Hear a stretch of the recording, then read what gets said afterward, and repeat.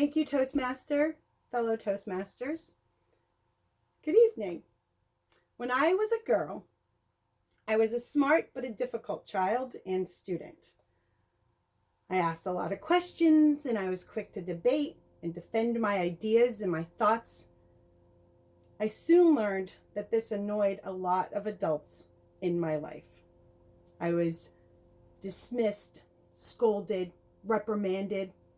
It became apparent to me that the world worked by towing the line, checking the correct boxes, and appeasing authorities. Despite my high grades, I puzzled teachers, principals, school counselors, my parents. One teacher was even quick to comment to my parents that I was a very bright child, but that she wished that I were less disruptive. With the help of these experts, I was encouraged to direct my extra energy towards sports, drama, and the school newspaper. When I had my own children, I knew I wanted them to feel a sense of freedom in their education. My husband and I decided to homeschool them. They were free to dig deep into topics, seek out multiple viewpoints, and question everything. I have always been agog about the world around me, an avid reader, a truth seeker. And when you're a truth seeker, you're bound to come across conspiracy theories. A conspiracy is a secret plan by a group or a government to do something harmful or unlawful. There are even conspiracy theories about the term conspiracy theory. Some say that the CIA invented it in the late 60s to squash anybody that questioned the JFK assassination. It probably has earlier origins than that, but the modern day definition of conspiracy theory definitely has a negative tone.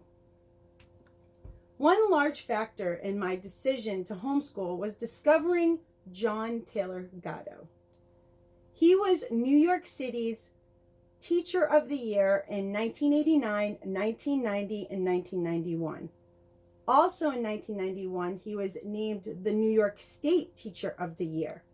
That same summer, he published an article in the Wall Street Journal exposing all of the errors in our current education system.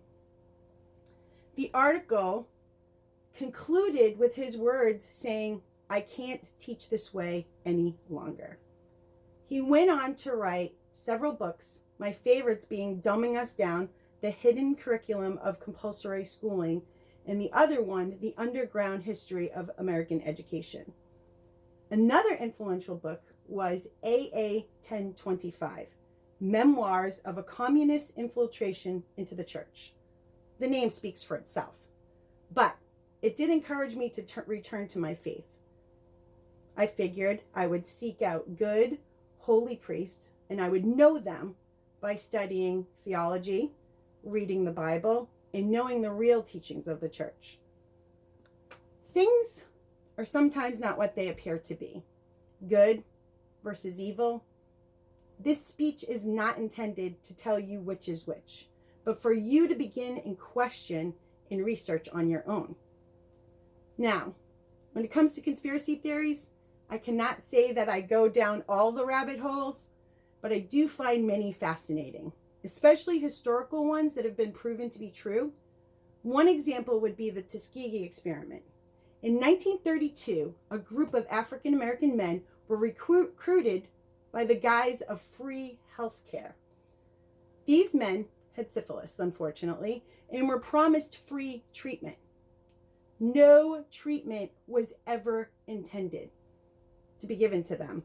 The experiment was only to track the spread of the syphilis in that population.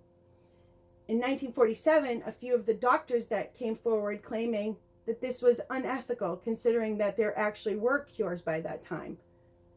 The experiment still continued until 1971.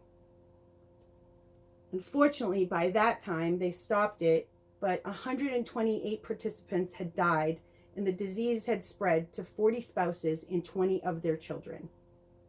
This is sad, but true what happened. I've now been in quarantine, probably as many of you have been, for 64 days. And it has been a roller coaster ride.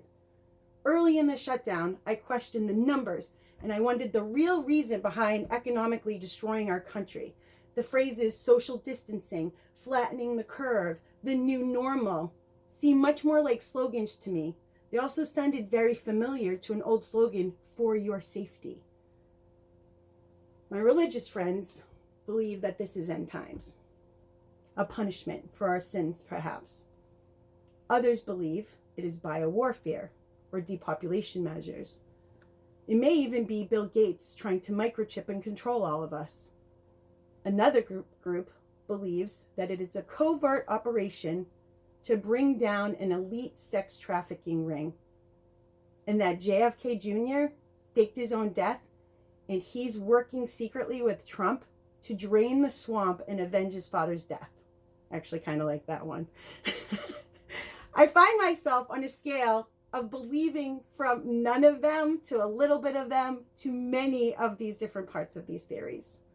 I found myself obsessed to the point of exhaustion and depression, hoping to find truth, clinging to these conspiracies to gain some understanding of the current situation. There is more to this shutdown, and even though things are beginning to open, I encourage each one of you to question the process. Time has revealed some of these conspiracies to be true, and perhaps some of these will be revealed too. But for now, I've decided to let go.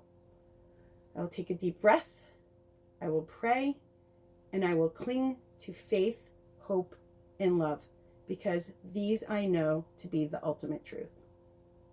Thank you.